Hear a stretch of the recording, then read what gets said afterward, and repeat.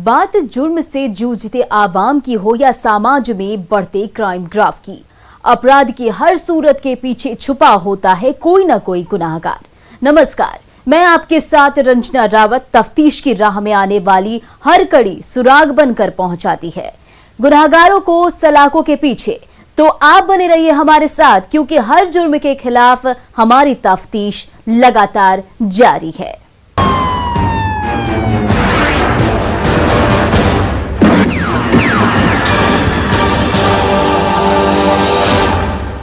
हथियार का नाम सुनते ही रूह कांप जाती है, लेकिन हथियार जब चल जाती है तो जान ले लेती है। कोहराम मच जाता है। हथियारों के सौदागरों को उससे कोई मतलब नहीं, उन्हें तो सिर्फ और सिर्फ पैसे से मतलब है।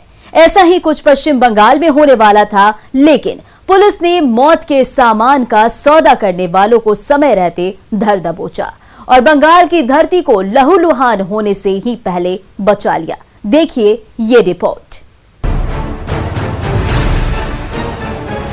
मेड इन मुंगेर से बंगाल को दहलाने की साजिश। पुलिस ने 6 हथियार तस्करों को किया गिरफ्तार। बंगाल चुनाव के दौरान किया जाना था इस्तेमाल।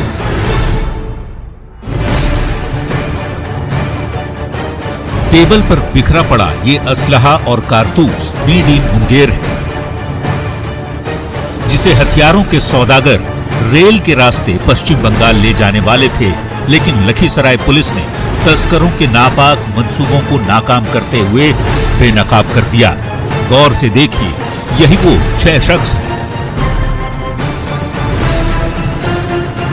जो तबाही का सामान लेकर पश्चिम बंगाल के लिए निकले थे। इसी बीच पुलिस को खबर मिली कि 6 हथियार तस्कर मुंगेर से हथियारों का जखीरा लेकर निकले हैं। इनपुट मिलते ही पुलिस ने टीम तैयार की और समय रहते सभी को लखीसराय स्टेशन के पास से धर दबोचा। गिरफ्तार तस्करों के पास से 8 देसी कट्टा, 1 पिस्टल और भारी मात्रा में कारतूस मिला है। पुलिस ने हथियार तस्करों के पास से 2 बाइक भी जब्त की है। जब्त हथियारों का इस्तेमाल बंगाल चुनाव में किया जाना था। स्टेशन के पुल के नीचे पे 6 लोग जो संदिग्ध थे, हम लोग उनको ट्रैक कर भी रहे थे। उनको जब पकड़ा गया तो 2 मोटरसाइकिल पर थे और जब उनकी चेकिंग की गई तो ये लगभग 8 जो है देसी कट्टा और 1 देसी पिस्टल, 2 मैगजीन और लगभग 64 जो है 315 बोर का गोली है जिंदा और 6 7.65 बोर की गोली ये मिली है। उसके अलावा भी 2 बाइक, अपाचे मोटरसाइकिल और 2 मोबाइल और कुछ 3000 रुपये के आसपास, 2850 रुपये के आसपास मिला है। तो ये उपासना एक्सप्रेस से नदिया डिस्ट्रिक्ट के लिए जा रहे थे। गिरफ्तार हथियार तस्करों में 2 बंगाल के रहने वाले हैं, जबकि 1 मुंगेर और 3 मेदिनी चौकी थाना क्षेत्र के रहने वाले हैं। ये सभी मुंगेर से हथियार खरीदकर बाइक से लखीसराय के लिए निकले थे। वहां से ये रेल के रास्ते हथियार लेकर पश्चिम बंगाल जाने वाले थे, लेकिन पुलिस ने रास्ते में ही पूरा खेल बिगाड़ दिया और हथियार के सौदागरों को बेनकाब कर दिया। इसमें 6 लोगों की जो गिरफ्तारी हुई है, उसमें वो 2 लोग जो है नदिया डिस्ट्रिक्ट के ही हैं, जो आए थे वहाँ से ले जाने के लिए आर्म्स की। आर्म्स इससे ज़्यादा की बिल्डिंग थी, लेकिन संभवतः उतनी उपलब्ध नहीं हो पाया, तो इतना ही लोगों ने अभी इस फर्स्ट खेप में ले जाने के लिए ये लोग आए थे। गिरफ्तार 2 हथियार तस्कर अजीत सरकार और सपन मंडल पश्चिम बंगाल के नादिया जिले के रहने वाले हैं, जो हथियारों की खेप को पश्चिम बंगाल ले जा रहे थे। देसी कट्टे की डीलिंग पर पीस 5000 रुपये पर तय हुई थी।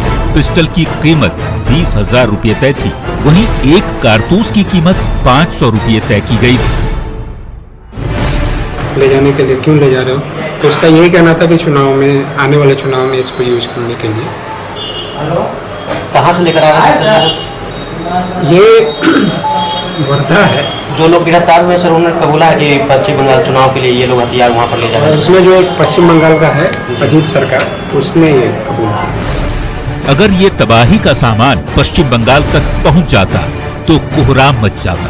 न जाने कितनों की जाने जाती, कितने घरों का चिराग बुझ जाता, लेकिन पुलिस ने समय रहते इन तस्करों के मंसूबों को नाकाम करते हुए सभी को सलाखों के पीछे पहुंचा दिया। पुलिस इनके आका को तलाश रही है, जो मुंगेर में बैठकर मौत के सामान का सौदा कर रहा है। राकेश कुमार, न्यूज़ 18, लखीसराय। बिहार के मुंगेर का नाम आने से लोगों के दिल दिमाग में अवैध असलहों के शहर की छवि उभर आती है। ऊपर से देश के किसी हिस्से में चुनाव हो तो मुंगेर का जिक्र ना हो, ऐसा हो ही नहीं सकता। बंगाल में विधानसभा चुनाव होना है, ऐसे में मुंगेर के अवैध हथियारों की मंडी में तेजी आना स्वाभाविक है। लेकिन इस बार मुंगेर में बने हथियार बंगाल तक नहीं पहुंचे, इसको लेकर अभी से पुलिस ने कमर कस ली है। देखिए ये रिपोर्ट। हथियार तस्कर सावधान, मुंगेर में कदम रखोगे तो बचोगे नहीं। मेड इन मुंगेर पर शिकंजे की तैयारी। ये बंदूकों का शहर मुंगेर है,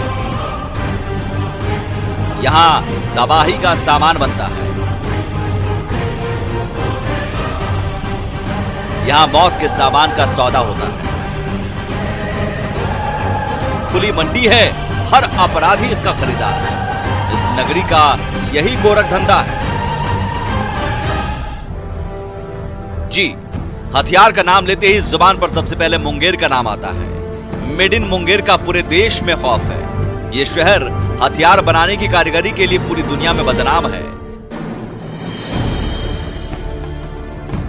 यहां खौफ की मंडी सस्ती है, रौब का सामान बिकता है, जिसका इस्तेमाल चुनाव से लेकर आम वारदात तक होता है। अप्रैल महीने में बंगाल में विधानसभा चुनाव होना है, जिसे लेकर मुंगेर के असलहा बाजार में सरगर्मी बढ़ गई है, जो पुलिस के लिए सिरदर्दी की तरह है।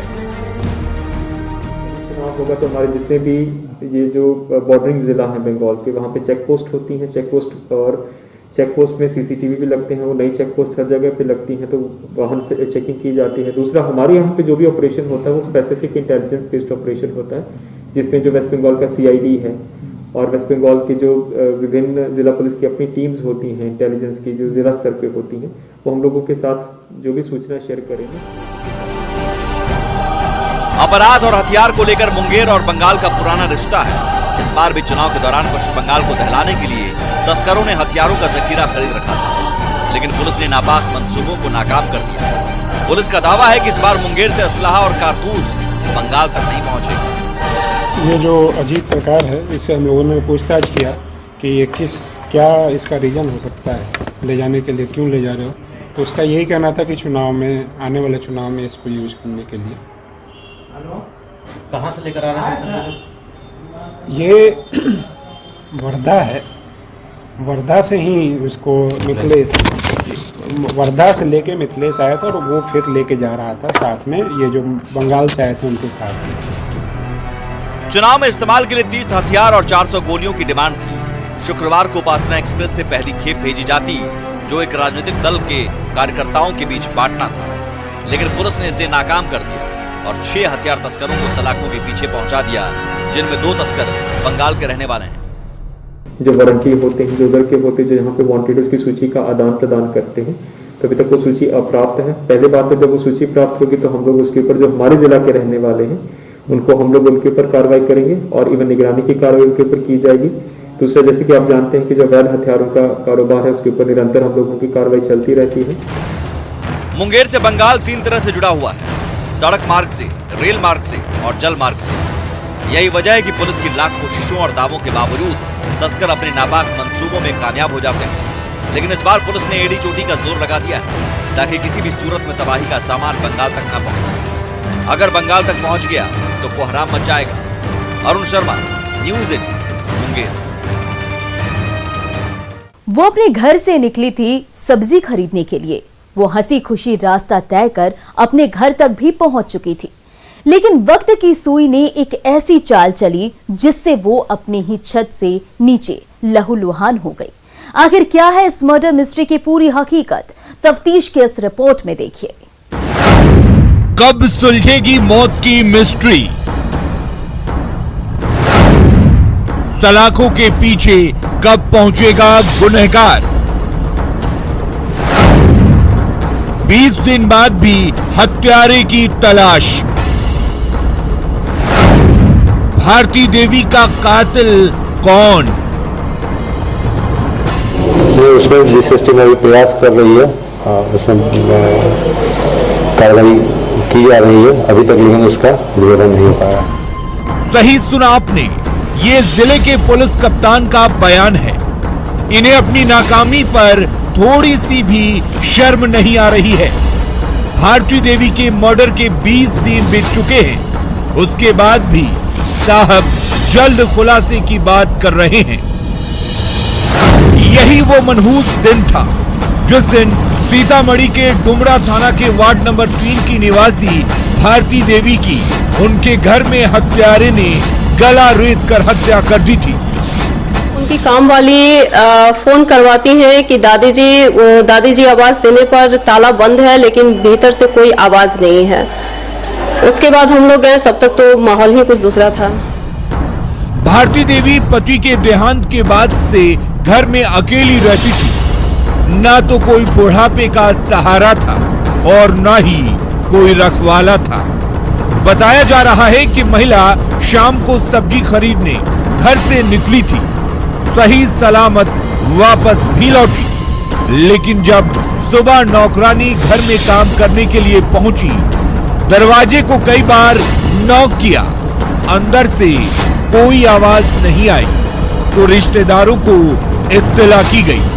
जब परिजन मौके पर पहुंचे और दरवाजे को तोड़कर अंदर दाखिल हुए, उसके बाद का जो मंजर दिखा वो सबको हैरान करने वाला था।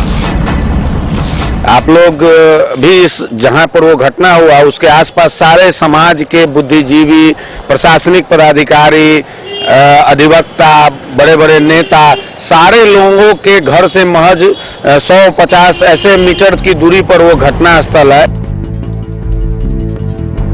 सीतामढ़ी के डीएम समेत तमाम प्रशासनिक अधिकारियों का आवास घटना स्थल से महज 1 किलोमीटर के दायरे में है। उसके बाद भी हत्यारे ने पुलिस को चुनौती देते हुए हत्या की वारदात को अंजाम दिया। इससे आप अंदाजा लगा सकते हैं कि जिले में अपराधी किस कदर बेखौफ हैं। श्वान दस्ता से लेकर एफएलसी की टीम ने मौके वारदात पर जाकर मामले की जांच की, लेकिन अब तक हत्यारा पकड़ से बाहर है। ये यहाँ तो लग रहा है कि लॉ एंड ऑर्डर का कोई मामला ही नहीं है। अपराधियों का मनोबल इस कदर बढ़ गया है कि जब चाहे, जिसको चाहे उसके साथ घटना को अंजाम दे सकता है। प्रशासनिक पदाधिकारी सिर्फ शराब के कारोबार में अप्रत्यक्ष रूप से लगे हुए हैं, शराब बेचवाने का काम करते हैं और शराब को पकड़ने के नाम पर महज एक खाना पूर्ति करते हैं। पुलिस अपना काम कर रही है भैया, हम लोग पुलिस को कुछ कर नहीं सकते हैं। वो अपने ढंग से काम करेगी, हम आप जैसे अपने ढंग से काम कर रहे हैं ना, वैसे पुलिस अपने ढंग से काम करेगी। भरोसा तो करना ही पड़ेगा। बहरहाल अब देखना होगा कि सीतामढ़ी पुलिस इस मर्डर मिस्ट्री को सुलझाकर हत्यारों को कब तक सलाखों के पीछे पहुंचाती है और उन्हें ऐसी कड़ी से कड़ी सजा दिलाए ताकि रूह कपा देने वाले ऐसे जघन्य अपराध को अंजाम देने से पहले अपराधी को 1000 बार सोचना पड़े। न्यूज़ 18 के लिए सीतामढ़ी से राकेश रंजन की रिपोर्ट।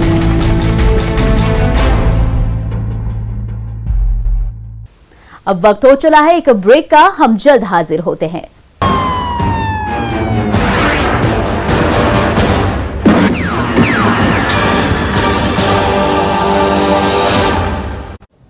एक 8 फुट का concrete slab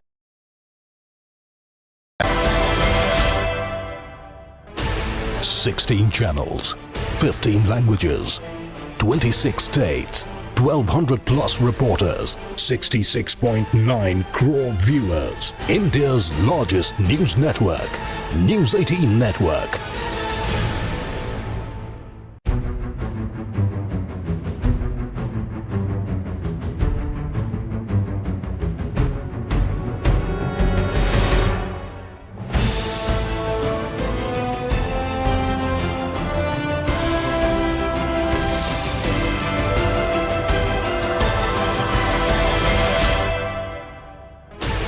16 channels, 15 languages, 26 states, 1200 plus reporters, 66.9 crore viewers. India's largest news network, News 18 Network.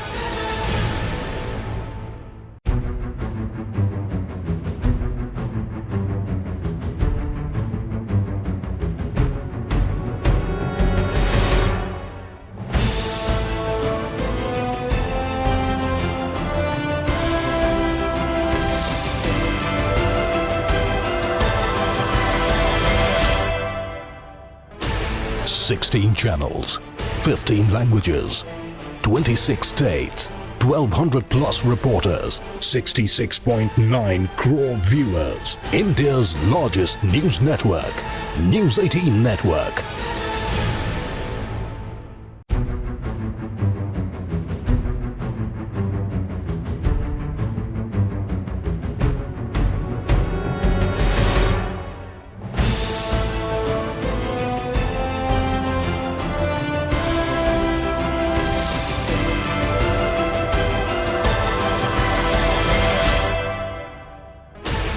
Sixteen channels, 15 languages, 26 states, 1200 plus reporters, 66.9 crore viewers. India's largest news network, News 18 Network.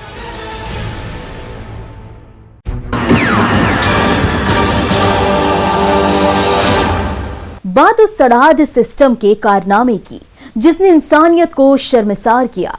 एक मजबूर पिता को बेटे का शव बोरे में लेकर पैदल चलने को मजबूर किया। तस्वीरें रूह कांपा देने वाली है, लेकिन उस मंजर को देखकर किसी की आह तक नहीं निकली। न्यूज 18 पर जब खबर चली तो अधिकारियों की नींद खुली। क्या है पूरा मामला, देखिए।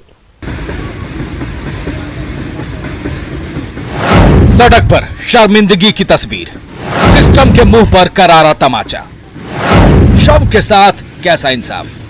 विकास के दावों के बीच कटिहार से सिस्टम की एक ऐसी शर्मनाक तस्वीर सामने आई है जिसे देखकर हर कोई दहल जाएगा और पूछेगा, क्या हम इंसानों की बस्ती में रहते हैं या फिर हमारा सिस्टम ही सड़ गया है। कटिहार जिला में एक बेबस पिता दिल पर पत्थर रखकर प्लास्टिक के बोरे में अपने 14 साल के मासूम बेटे का शव डालकर करीब 3 किलोमीटर तक पैदल चला। तस्वीरें रूह कपा देने वाली है, लेकिन किसी ने आह तक नहीं की। टुक्कड़ के 6 बजे 7 बजे रात में। कहां पर? चिमटंगा घाट में। चिमटंगा करारी घाट। कौन सा थाना? थाना चिमटंगा, गोपालपुर थाना। गोपालपुर चिमटंगा। कैसे गिर गया था बच्चा? लाव पर से अनहार में। लाव पर से अनहार में गिर गया था। नाव पर से जा रहा था टपने के लिए उस वक्त गिर गया था। पूरा मामला क्या है ये भी अब जान लीजिए। दरअसल भागलपुर के गोपालपुर थाना क्षेत्र के तीनटंगा गांव में रहने वाली नीरू यादव का 14 साल का बेटा हरिओम यादव नाव से नदी में गिर गया था, जिसके बाद वो लापता था। काफी खोजबीन के बाद बेटे का शव कुर्सेला थाना क्षेत्र के खेरिया नदी के तट पर सड़े गले हालत में तैरता हुआ मिला। कपड़े के आधार पर पिता ने अपने बेटे के शव की शिनाख्त की। शव की पहचान हो जाने के बाद पुलिस विभाग की संवेदनहीनता सामने आई और साथ ही सामने आई मानवता को शर्मसार करने वाली तस्वीर। ना तो भागलपुर जिला के गोपालपुर थाना पुलिस और ना ही कटिहार जिला के कुर्सेला पुलिस ने कोई संजीदगी दिखाई। बेटे के शव को थाने तक ले जाने के लिए जब कोई साधन नहीं मिला, तब मजबूर पिता बोरे में शव भरकर पैदल ही निकल पड़ा।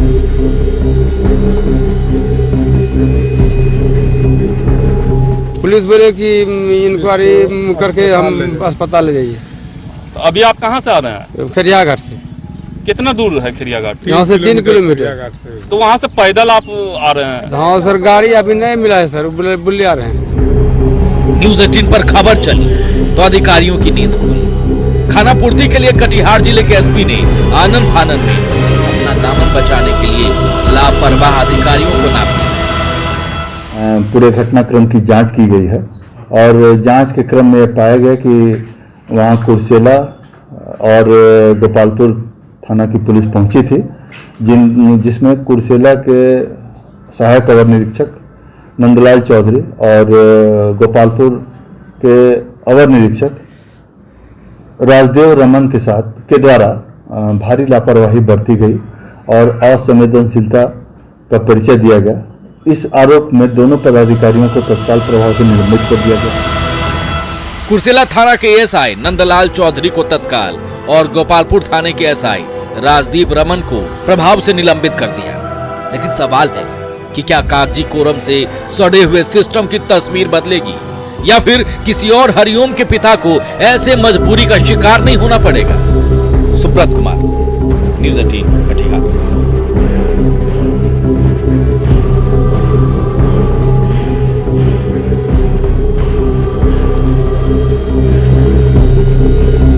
साइबर क्राइम झारखंड के लिए कलंक साबित हो रहा है।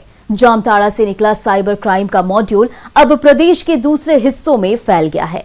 ये नया मॉड्यूल पहले के मुकाबले अपडेटेड है, जिससे निपटना पुलिस के लिए बड़ी चुनौती बनती जा रही है। साइबर क्राइम के कितने module,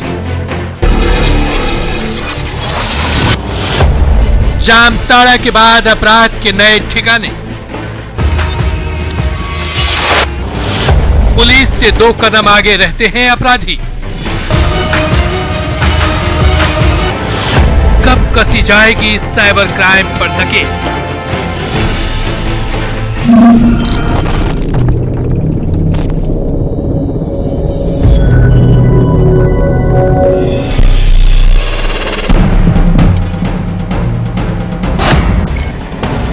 Philadelphia uplink successful. Welcome back, Commander. हर मुमकिन कोशिश के बाद भी साइबर अपराधी पुलिस के लिए चुनौती बने हुए हैं। झारखंड के जामताड़ा से फैला साइबर अपराध का जाल पूरे देश के लिए सिरदर्द बन चुका है।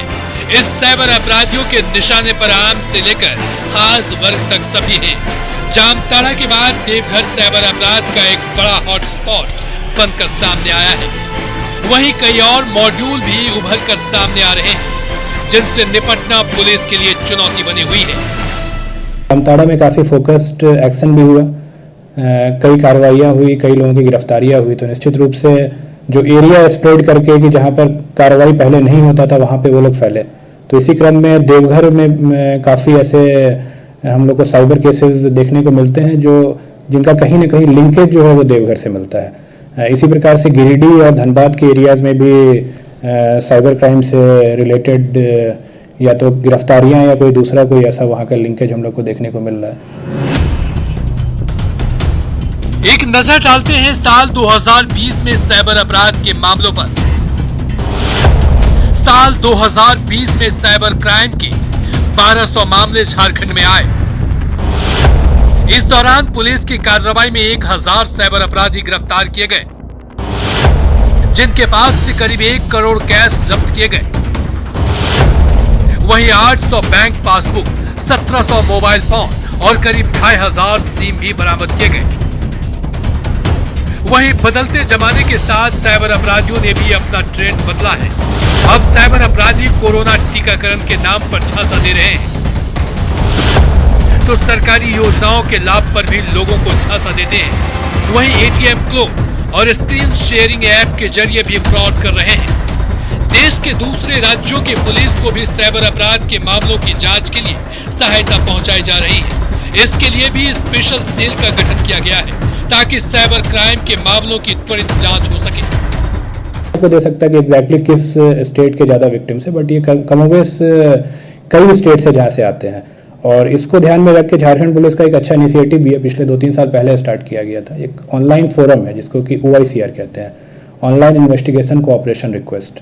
उसके थ्रू जो दूसरे स्टेट्स के जो इन्वेस्टिगेटिंग ऑफिसर्स हैं वो डायरेक्टली यहाँ पर अपना कंप्लेन रजिस्टर करते हैं कि किस प्रकार का उनको कोऑपरेशन चाहिए उनके केसेस में, जिन केसेस का लिंक झारखंड से है, और उसके अकॉर्डिंग फिर हम लोग अपना उनको असिस्टेंस भी देते हैं।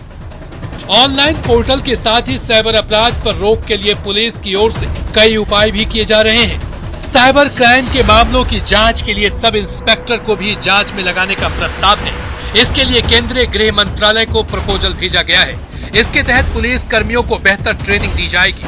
इसके लिए CBI की मदद से विशेष ट्रेनिंग खाका तैयार किया गया है। साथ ही बैंक और ई-वॉलेट संस्थाओं को भी जानकारी साझा करने की अपील की गई है। वहीं ईडी को साइबर अपराधियों की संपत्ति का ब्यौरा सौंपा गया है। साइबर क्रिमिनल्स पर कड़ी कार्रवाई के लिए गृह मंत्रालय की मंजूरी का इंतजार है।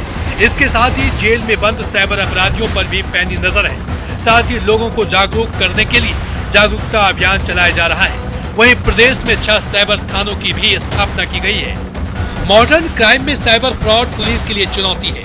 ऐसे में झारखंड पुलिस साइबर के कलंक को कैसे धोती है, ये देखना अहम होगा, क्योंकि ऐसे क्राइम की जांच और उससे निपटने के लिए संसाधनों के साथ दूसरी एजेंसियों से पुलिस को मिलने वाला सपोर्ट भी काफी कम है, जिसका फायदा साइबर अपराधी उठाते हैं।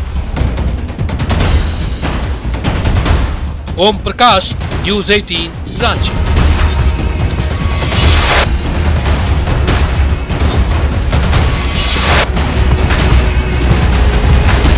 अपराधी चाहे लाख शातिर हो, तफ्तीश की दिशा अगर सही हो तो बच नहीं सकता कोई गुनाहगार सलाखों के पीछे जाने से।